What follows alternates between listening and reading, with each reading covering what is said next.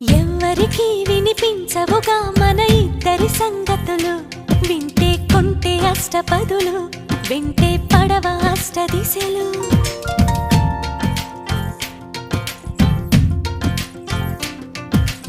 ఎవ్వరికి కనిపించవుగా మన ముద్దుల ముచ్చటలు, చూస్తే జంట ఏని ఎదలు, మనకే తగులుతుంది ఉసురు.